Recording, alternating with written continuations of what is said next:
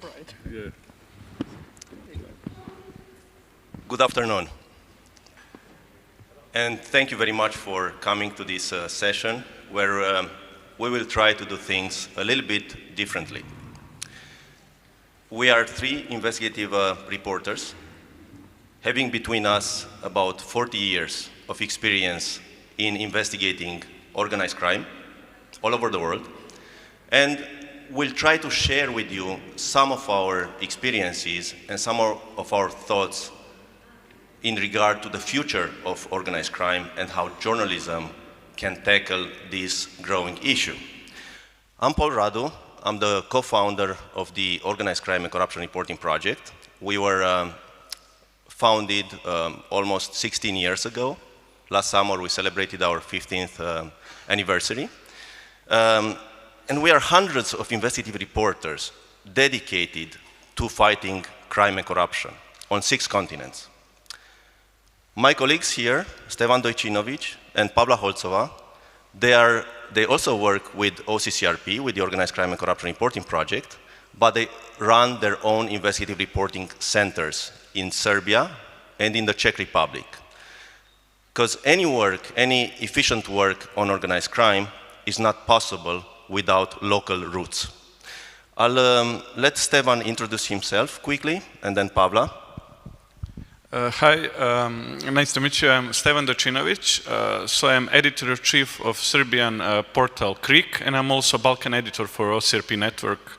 So close to 15 years I am investigating organized crime.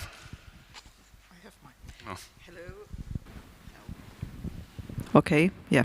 So my name is Pavla Holzova. I am based in Czech Republic in Prague. I am the founder of Investigace.cz, and I've been working on organized crime groups for 10 years, mostly because of Stevan, who dragged me into it.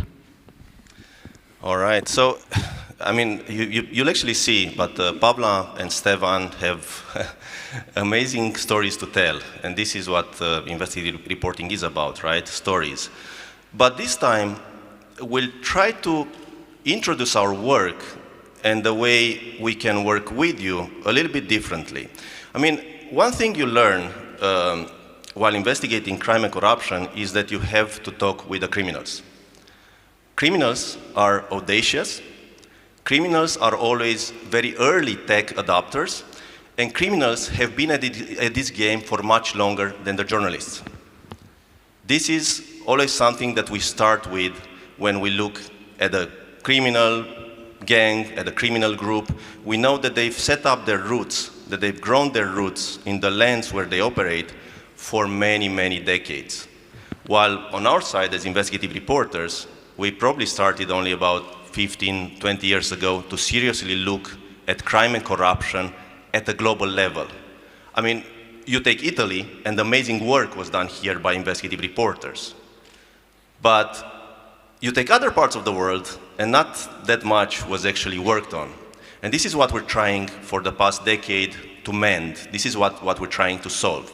So what we'll do right now is we will put on our criminal hat, myself, Stevan, and Pavla, and we will present you with a criminal business plan, with what we want to do in 2023 to be successful criminals, to be successful organized crime. So we'll go with you through a few of these ideas, and we welcome your comments and your ideas as well. You should, at times probably think like a criminal in order to know your opponent. Before that, I'll just highlight here some of our work at OCCRP. These are some of the numbers, but obviously behind these numbers, there are hundreds and thousands of stories and an enormous amount of work done by these people here and by their colleagues all over the world. As I said, we are operating on 6 continents. We work with the most courageous journalists in these parts of the world, and we work with very courageous sources as well. It happens that sometimes those sources are criminals, and we will discuss this a little bit later. But just one number I want to highlight from here, and that's that 9.6 billion, and I think right now it's close or even more than 10 billion US dollars. This is what OCCRP contributed to the recovery of.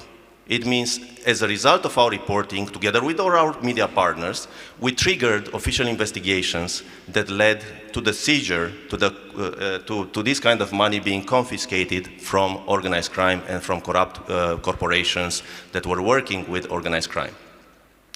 Now, if you look at this number and you look at our budgets, we made a calculus there, and the return on investment for investigative reporting is more than 50,000%. That is better than cocaine trafficking. So it's worth being an investigative reporter, and it's worth tackling high-level organized crime and corruption, because the return to the society, it's really, really great. So let's go back to the bad guys. And the first bad guy is going to be Stevan Dojcinovic. He's going to impersonate for a bit a Balkan mobster. As you see, he's kind of dressed the part a little bit. I would have wanted something more flashy, something flashier. But Stevan will go through some of his business plan to be an amazingly successful criminal in 2023, and he's going to run us through some of his stories that he's drawing these ideas from.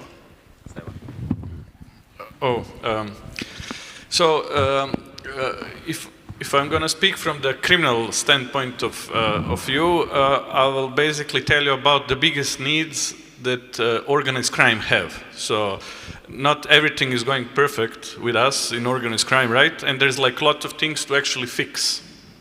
So what I put here like on the panel is like the three major problems that organized crime groups have. And this is the things that should be fixed so organized crime can flourish more. So basically, what is happening is now the organized crime is going in some good direction in teaming up. So what actually happened now in first place in Europe is that we have something which is called like super cartel. So basically different organized crime groups are team up in something which is similar to cartel, not exactly the same like in South America, and that actually helped to business become much bigger, and the place where organized crime really needs to go, it's basically teaming up with other organized crime groups from another continent. So basically organized crime is creating something similar what journalists do in journalism network like OCCRP basically, and it's going in this direction to become really global in a way that many gangs across the globe will basically cooperate in business. And that makes them altogether more money. So for organized crime, it's really important to continue in making these alliances against around the globe. Second thing is, what organized crime really needs is that the secure way of communications. So if you look organized crime, they always are finding ways to how to communicate with each other, but they will usually fail. They were relying on some softwares, which usually work for a period of time, and then usually in some global law enforcement operation, these softwares were cracked down, and a lot of organized crime groups were arrested. And what actually happened 2 years ago, it was one of the biggest crack in organized crime was decrypting this famous Sky application. I hope you heard about it. The Sky application was an application for security communication which was used for many years by criminals groups around the world. But in the end was cracked by Europol, and now we have like literally hundreds of prosecutions around the Europe of criminals groups. So criminals never really had good application they can rely on for like long period of time, and what is we expect will happen and what is needed is actually that criminals most likely will invest money to build their own ways and channel of communication when all of together they can communicate in the one platform. And third thing which is really important is that if you look environment, now the criminals has much tougher enemies than they had before. And that are actually investigative journalists, like Paul explained. Now the investigative reporting doing greater impact on organized crime than ever. even bigger impact than usual law enforcement like police and prosecutions do. So what will happen, organized crime will invest more and more money to actually fight back journalists. What we can see that what is learned that killing journalists, it's still happening, especially in some countries like Mexico. But if you look at other parts of the world, it most likely will decrease because criminals learn that it's much better actually to start investing money in creating like groups of lawyers, spin doctors and people who actually can deal with journalism in other ways. And now what's most popular, it's basically that criminals are investing money to control the media, to fight back other media by running smear campaigns. They also are becoming more active in submitting law cases against the journalists and putting different ways of pressure to actually put journalists from their work. That's, I suppose, quite bold, Stevan. I mean, criminals want a lot, want to do a lot. I think they should probably use Signal, right, instead of their own, systems. Just one thing, Stevan. You mentioned, and we've heard this in a previous panel, how lawyers are helping criminals and how lawyers are working hand in hand with criminals. So, where does this cooperation come from? Does this come from the direction of the lawyers, or does this come from the direction of the criminals? What do you think? Actually, it's coming from the direction of corrupted governments, because all these lawyers, the spin doctors, corrupt media, they usually work for the corrupted governments, and then actually through these corrupted governments, organized crime figures actually reach to these lawyers and to these people. So, of course, in the center of everything, always the problem is corruption. And now criminals tend to use more and more often these lawyers to really basically harass journalists. But just to mention about Signal, just briefly, Signal we consider as a really secure app for communication we as a journalist use. But once when I talk with one organized crime figure, why didn't use Signal? The reason they don't use it because it's free, it's cheap, and like criminals doesn't like to use anything what is cheap. And in the same time, they use this Sky application, which to use it you need to pay 1,000 euros per month. And for them that was good because you pay something. So this must be good. But in the end, this app was done, and Signal is still working. So that is very interesting because again, what we're seeing with criminals is that for them crime is lifestyle. It's not a one-off kind of thing.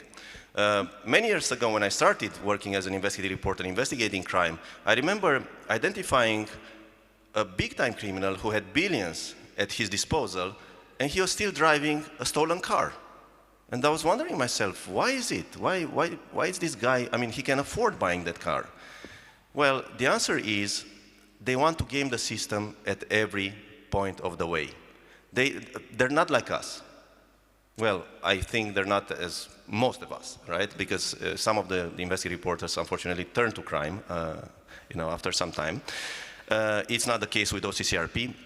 But the reality of this is that it's really lifestyle for criminals. And they always think that everybody is a victim, that we are all sheep, and they are the ones who rise above, and they are the ones who have the upper hand. So let's now go to Pavla and her 3 points business plan. Please, Pavla. Okay, so I'm going to be La Reina del Sur because we don't have such a good criminal groups or cartels in Central Europe. So I needed to relocate. So as a La Reina del Sur, we still have a lot of problems with cash and money, because cash is still the king. And especially during the crisis times, we had some open doors even within Europe to bring cash to banks. But we'll still need to create our own networks of bankers who are going to work with us, because it's difficult. But the good point is, for us, organized crime, as we have really a lot of money, there is no bank that would not accept our money. It just depends on the amount of money that we will put into the bank. In my career, you can talk about banks in I don't know, Scandinavia, Nordic countries, oh, come on, you know, they are doing it as well. You know, there is no clean bank in the history of banking that wouldn't accept our dirty money to launder it. And we also need to innovate regarding not only regions where we will put the money. You know, we are now going to banks. You know, Malta is known, Switzerland is known. You know, this is all for money laundering, but there is a lot of pressure. So we need to move somewhere else to put our money to make it clean from the drugs. We also need to innovate regarding new financial tools. You know, crypto is old. You know, we need to move forward. We need to find the new ways. We have our people to do it who created this parallel economy, mostly, you know, digitalized, but we need to explore more and we need to use more. Because we are now working globally, we need global financial solutions, not regional currencies. The second point is what we are testing now, and it really works nice. It's this criminal barter economy. We call it, in my country, kilo por kilo, what means kilo for kilo. We will give them, you know, originally we had this like really kind of complicated structure that we were selling cocaine, they were giving us money, we had the money, we use it to buy hashish, for example, or methamphetamine and brought it back. You know, that's old system. We don't do it anymore. We actually came with the conclusion that it would be much simpler and much more efficient to trade 1 kilo of cocaine, that's cheap for us, for 1 kilo of methamphetamine, that's expensive for us. So we somehow better calibrated the prices, and it's just much better, much easier, and we don't need to take care of the logistics because we trade it in Europe and in South America, and you know, those providers actually deliver it, and it's pretty cool, and it works well.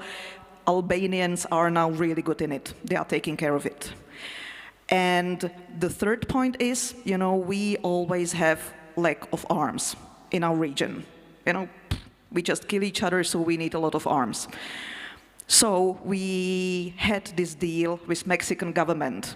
Well, not with the government, with Mexican army, that they will sell us part of the arms that we can use. It was all official. At their point, they were buying from Central Europe, Bulgaria, you know, it all came, it was cheap, ammunition, hand arms, and then, you know, they just, you know, closed their eyes when we actually went and buy it from them, and then distribute it in the rest of South America. Well, it was discovered by journalists, it was discovered by leaks that we can't do it anymore, and they took a really big cut on the arms. So we need to create our own legal ways how to get arms and ammunition from Central Europe, where it is really cheap, to our country. So we probably need to set up tiendas, shops, to make official, quite open public deals in importing arms. It could be covered by regional governments. It shouldn't be a problem in my region, but it should all look very official. So this is my plan for 2023. Excellent. I mean, really, really bad. I mean, organized crime, you know, they're very creative. This is something that we always have to take into account. Not only that they have a lot of access to resources, they're very thoughtful about what they're doing, because again, this for them is lifestyle. They have to build up. They're relentless. We've seen criminals. I'll give an example of a Romanian gang. So I'm from Romania, and there was a Romanian gang that started about 15 years ago here in Italy, and what they were doing was they were installing skimmers on ATMs.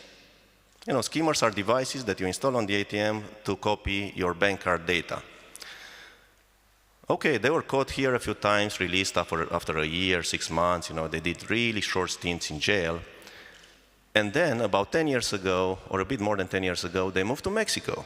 And you'd say, well, I mean, what's this? Mexico is riddled with organized crime and corruption, you know, they have their own groups. But the Romanians were audacious enough to go to Mexico, and they set themselves up in the state of Quintana Roo. And there what they did was, they thought, how can we scale up our our business of scheming. So what they did, and we investigated this thoroughly, they co-opted a bank, exactly what Pablo was talking about. They co-opted a few bankers, and they signed an agreement with them, and this agreement gave them the option to install all the ATMs, all these cajeros, all these bank machines, from Cancun all the way to Tulum, including Playa del Carmen and other localities on that, what is known as the Riviera Maya. So now, they didn't need to install schemers on other banks' ATMs. Their ATMs were direct schemers. Yeah. So I think, so this is how they think. They always think really, really big. So I have a quick question for you, Pavla. What would you do in order to co-opt the bankers? Would you create your own bank and attract bankers, or would you actually work to recruit someone inside the bank that's very well known?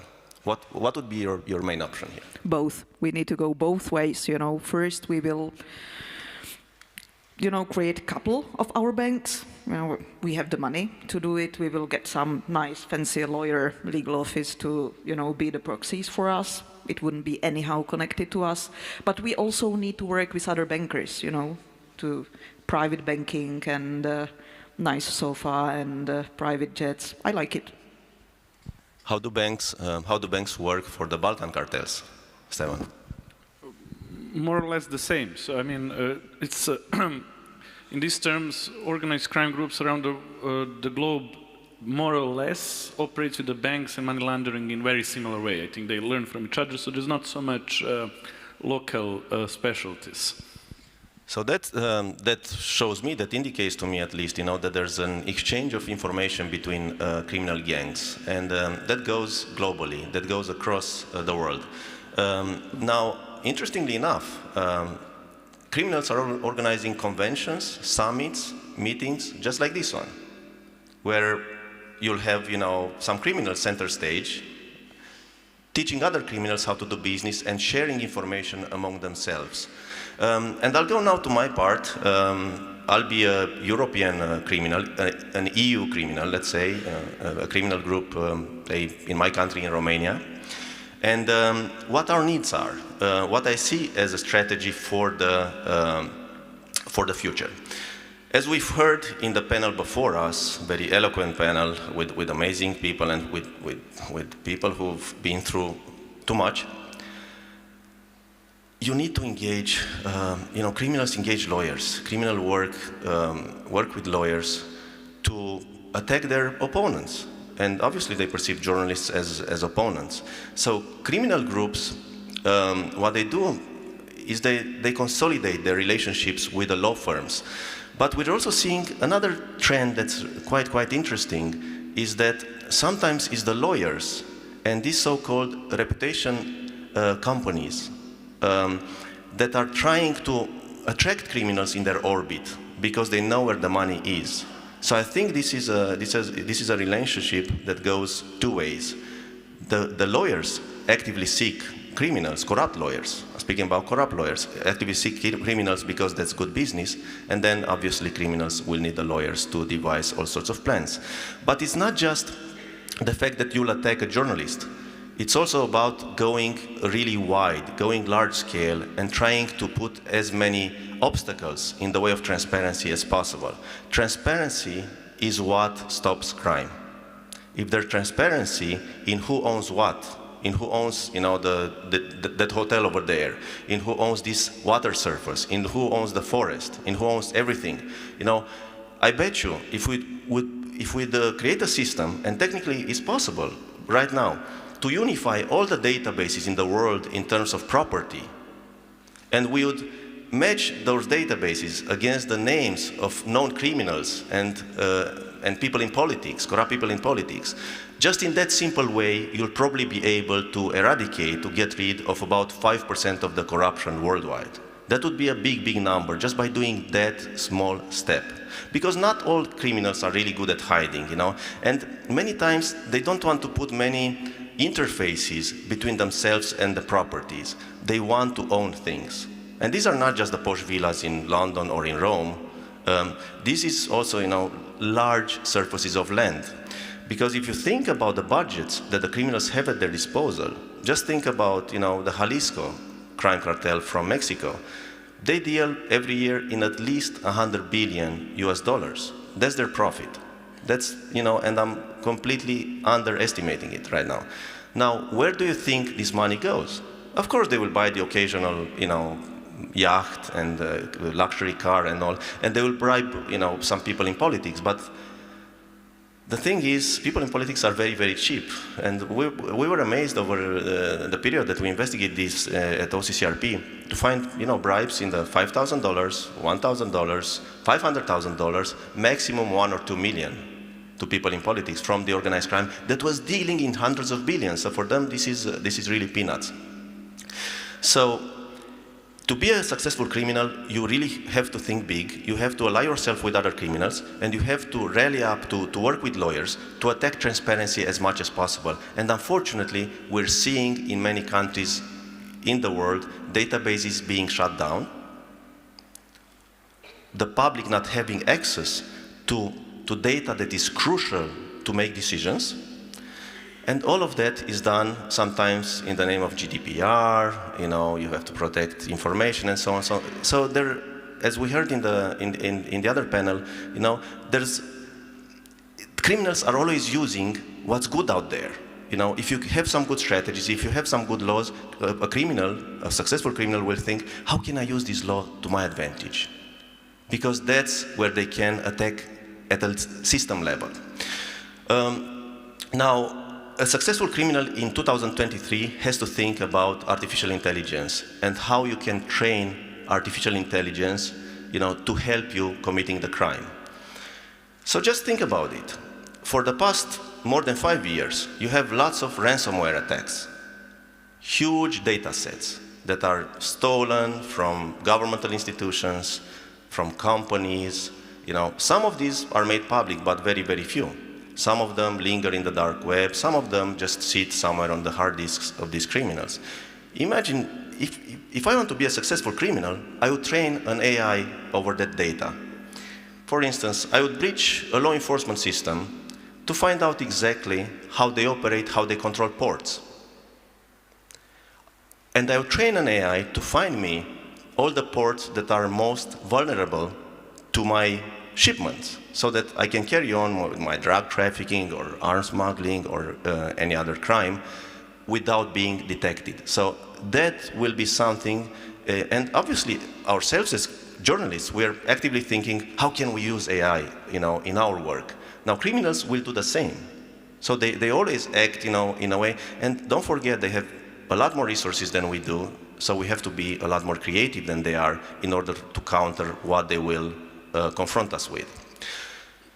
The other thing is that we've seen for the past 5, 6, 7 years, and as investigative reporters, we're always kind of late at this table. We're kind of noticing trends a little bit with a little bit of a delay.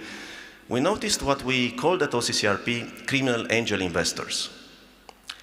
These are criminals who are in their older age, who were very active in the 80s and the 90s, and they amassed vast fortunes, huge amounts of money. And now what they're doing is they are helping other criminals rise up. They're financing other criminals because crimes pays off.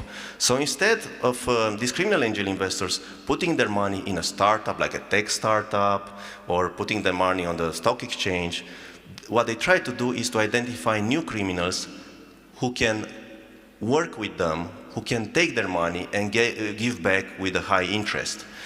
And we noticed this because we've seen something very peculiar happening when we investigated various criminal groups in Turkey, in Colombia, in my country, in Romania. We saw that, you'd investigate a trafficking group that's involved in tobacco smuggling, for instance. And another one that's involved in oil smuggling. Another one that's involved in cocaine or amphetamines or whatever. And by reading, these thousands of pages of court cases, you could see that quite often, these people who were indicted for this type of crime would say at some point, well, we got the money to start this operation from this group in Vienna, or from that group in Lausanne, or from that group there and there and there. And it kept on popping up. And if you take this separately, you don't notice that it's the same people who finance various types of crimes. When we did a deeper dive into this, we saw that these were successful criminals decades ago, and this is what we are calling criminal angel investors. So the criminal markets and the criminal organizations are very, very dynamic in what they actually do. So say right now that you are criminal angel investors in this room here. And what I want you to do is, by a show of hands, you've heard Stevan, and you heard Pavla, and you heard myself. Please tell us, by a show of hands, if you'd finance what you heard here, the three ideas from each of us. Who here in this room would be interested in funding this trio to do more crime as we introduced you to our ideas? That's about 50%. We need to up our game. I think we need to come with better plans. But thank you very much.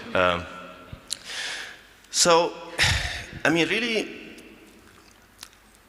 the question is, what is to be done, I believe, you know? And this is where we'll go back to the drawing board a little bit as investigative reporters, because criminals, you know, not only that they're powerful and they're audacious and they're, you know, and they have all these ideas and the money, but criminals do this 24/7. They never stop. They're relentless. So we need to be relentless while having all these other problems that we're facing, right? While facing the slaps that are thrown our way by the criminals and so on. So I think key to tackling crime and corruption right now in the world is to develop more global networks, to develop more cooperation between investigative reporters who understand supply chains. That's really critical, because if we tackle crimes in isolation, we won't get very far. Criminals always integrate crimes between them. As we've heard from Pavla, there's a barter. There's, you know, criminals are exchanging cocaine for amphetamines, and so on and so on. As we've heard from Stevan, criminals are trying to put together money and mind power to go against their enemies. So this is what we need to do as investigative reporters, but in a bit of a novel way. So what I'm thinking here is that we have to innovate at least as much as criminals, if not more, to be able to do our work and to serve the public properly. So one thing where we need to innovate is we need to renew the way we're following the money and the ways we understand the information that sits out there, not just the public information, but the information from ransomware attacks, the information from leaks. And we need to come together and tackle these data sets, not in isolation, but together, because this is how criminals operate. They operate across sectors, they operate across crimes, and they always find ways to be resourceful. Now, if you take some of our largest cooperations this far as investigative reporters, you take Panama Papers, Paradise Papers, the Laundromats, many other projects that were very successful. When you deeply analyze them, what you can see is that they were amazing, but they had lots of blind spots. I was just talking this morning with someone who was speaking about the Dutch Antilles and Suriname, and countries and places where there's not much investigative reporting. So we have lots of blind spots where we not just don't have data from those parts, but we don't have colleagues to work with from those parts. But trust me, the colleagues are there. We just need to find them, and we need to co-opt them with our networks. We have to think strategically about how do we conquer the world as investigative reporters? How do we work with local groups? How do we help local groups create, like Stevan created CRIC in Serbia, and that's the premier investigative reporting outlet in the country. There was nothing like CRIC before CRIC. CRIC is able to tackle organized crime and corruption in a way that was never done before. The same with Pavla in the Czech Republic and in Slovakia. So this is crucial to try to identify good people all over the place to be able to fill in the gaps. we also need to, sometimes, investigative reporters are very much confined to our line of work, and we think, okay, so this is the crime, this is the criminal. We need to think big, and we need to go wild. We need to go crazy, if you want. We need to think how we reinvent our investigative reporting in a way that can better serve the public. I mean, if you think about it, how many investigative reporters do you think there are in the whole world? I'd like to hear a number from anyone in the audience. How many investigative reporters are there in the world? Just a number, anyone. 20,000. How many? 20,000. 20,000. Anyone else? 5,000. 2,000. Well, my estimate, and I'm always exaggerating, is that perhaps up to 10,000 investigative reporters, not all of them focused on crime and corruption, obviously. So I think 20,000 is a very optimistic number, and I think maybe 5,000 is the more realistic one. But let's say we're somewhere in between. 10,000 people. What is that? That's a very large village or a very small town, right? And then think about the world. How can we make a difference with 10,000 people? All these people would have to have superpowers, would have to be superheroes, to be able to efficiently work against organized crime. So this is why I'm saying that we need to change how we do our reporting. We need to co-opt more. But how do you co-opt more investigative reporters? It's hard. The schools don't produce that many investigative reporters. In many places there are no schools. So in our view at OCCRP, the idea is to collaborate across sectors, to go towards activists who already have the skills to investigate crime and corruption. Some of them are amazingly good. And then slowly go towards the public. And this can be done by developing technology where we can leverage from AI to all sorts of other strategies to give the public the possibility to investigate around them. The public is curious. The public can participate in this fight. We also have to give them security, which is hard to ensure when you're investigating organized crime and corruption. So we really need to open up as an investigative reporting community and space towards others. Without this, we won't be able to really make a dent. And the last point here on my proposal was that we need this, a lot more cross-sectoral kind of cooperation, alliances. And when I'm saying this, I'll mention our alliance with Transparency International. It's called the Global Anti-Corruption Consortium. We always have these GACC, OCCRP, all these crazy names. So I think, to be efficient in the work against crime and corruption, we probably have to change names and make them a little bit more fitting to the work. But GACC, our alliance with TI, works like this. We do the investigative reporting, and in the process of doing the investigative reporting, we pass the information to Transparency International, to advocates and activists who are able to mount their activism and advocacy so that when we publish, they go with they file, complaints with the local authorities. They sue banks. They are lawyers. They are activists. They can do lots of things that the investigative reporters cannot do.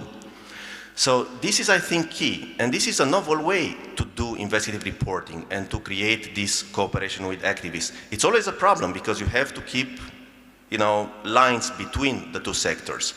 But in my opinion, this is the future. I mean, at OCCRP, we've seen that we did an audit on this program of ours, on GACC, and we saw that because of the alliance with Transparency International, our impact grew about 4 times. So imagine, that is a huge gain for investigative reporting. And that's, people like Stevan or Pavla would investigate, and, at the end of the day, if nothing happens as a result of your investigation, you'll become depressed, and you'll probably not want to do that much investigative reporting. Take into account that you have, I believe, Stevan, you have right now 12 lawsuits against you? 12. 12, yeah. 13 is gone. So this is really hard work, I believe, and you know, in order to do it, we need to build alliances between ourselves and go you know, across as well. So at this point, we want to give you a little bit of time to ask questions. I'm not sure if there's a mic in the audience. So who wants to start? So there's a question there, and then a question back there. Okay, Alexander, journalist based in Sweden. Yes. I was wondering if there is a difference and what the difference would be between organized crime and terrorist organizations, ultimately killing and, say, take the mafia in Sicily, for example. Organized crime, of course, but back in the day they would kill politicians and they would set bombs and terrorize people in the early 90s. What's the difference between, say, typical organized crime today and, say, a typical terrorist organization like ISIS or Al-Shabaab or another organization? But what I see as a major difference is that the really good organized criminal group is invisible. You don't know about them. You don't know who's the top boss. You would never say that this guy in, you know, taking care of his tomatoes in the garden is running multi-billion drug business. Terrorist group, they want to be seen and recognized. They want to spread fear. You know, that's what I see as a major difference. And the main intersection between organized crime and terrorism comes when they deal in arms, when there's arms trafficking. We've seen this over and over again. Organized crime supplying terrorist groups with weapons. And the other big intersection is when the state uses organized crime as a weapon. And we're seeing this quite a bit, unfortunately, in Russia. We're seeing this in the conflict, in the aggression that Russia is now behind in Ukraine. We're seeing this in Iran. We're seeing this in the West as well. I mean, the thing is, when you have, unfortunately, a state or politicians in a state who want to change things to their advantage because suddenly they found themselves in the crosshair of justice and they want to change the laws and they want to change all sorts of other things that are against them, you know, they will ally themselves with everybody. Terrorist groups, organized crime. We've, at OCCRP, we've studied quite a bit this nexus between crime, corruption and terrorism. And if you look back decades ago, if you look at the 70s, the 80s, you see that during the Cold War and at the height of the Cold War, Eastern European governments, socialist governments, wannabe communist governments, were employing terrorists, were paying terrorists with organized crime proceeds to do their bidding in the West. I'm just thinking about a famous figure here called Carlos the Jackal, who was at the same time a terrorist, but working hand in hand with corrupt governments and with organized crime. So for a terrorist group to be successful, they need to have their ins with organized crime. So I'm not sure if that answers your question. It's obviously a lot more complex than this, and we can maybe talk afterwards, but that's, yeah, our answer for now. We do have a question back there. Yes, thank you. Does it work? Yes. Can you expand on what you were saying before about the GDPR being used to shut down databases? I remember the case actually in Romania when Dragnea was using GDPR to try to get to the sources of the Adevărul, I think it was. But maybe you were thinking about something else. Thank you. Well, the example you gave actually involved a publication, our member center in Romania called RISE Project. And Dragnea was this guy who was running the government basically, but he couldn't be officially the prime minister because he had a conviction looming over him, a criminal conviction. And indeed, there are many examples of politicians trying to use GDPR to take down our investigative reporting, but I was referring to something that's a little bit wider. We're seeing, for instance, business persons connected to various really interesting people, oligarchs and criminals sometimes, who are militating for shutting down access to beneficial owners' data. So that the public will not be able to know who's behind a commercial company. Now, if this is done wide scale, that enables the criminals to operate in the shadows. That's definitely to their advantage. And that was done, for instance, in Europe in the name of GDPR. So that's what I'm thinking about. I'm thinking about directly attacking the journalists, but also about going larger scale to shut down systems entirely, transparency systems. That is really crucial for the criminals, because one thing that they cannot control is, so first of all, it's obvious, they cannot operate in transparency. They cannot operate in daylight. They want to hide, as she just said. But they also need an environment where everything happens, in the darkness. And we're seeing more and more of these criminals migrating from systems that opened up. I'll give you one simple example. Like 10 years ago, I would go to Cyprus almost every Monday of the week, because that's when the registry of companies in Cyprus would open up shop to find out, the beneficial owners of certain Cypriot companies, or the shareholders, at least, of Cypriot companies. When Cyprus entered the EU, they had to open up the databases. So that changed the game completely. Of course, there was a lot of data that was not useful in those databases, but criminals, they couldn't provision for the passing of time. So we were able, as investigative reporters, to dive deep into the Cyprus registry of companies, as we did in Panama, as we did in many other countries, and get information from there that was useful to the public, to expose crime and corruption in the public interest. So I think, criminals are always trying to go against legal systems. We're seeing this in many countries. They're trying, for instance, to get rid of the possibility of law enforcement to intercept phones or to intercept comms or to, and that's, that's always something that's on the edge, because investigative reporters, as investigative reporters, we also want our comms to be secure. We want to make sure, that we can talk safely. And we use what's at our disposal. We use Signal, we use our other systems. Now, criminals want to go bigger than that. They want to, to kind of shut down, whole law enforcement systems that are anyway not efficient. They want to go against not just journalists, but judges and other people who can pose a threat towards them. We have a question. No. We have 3 minutes.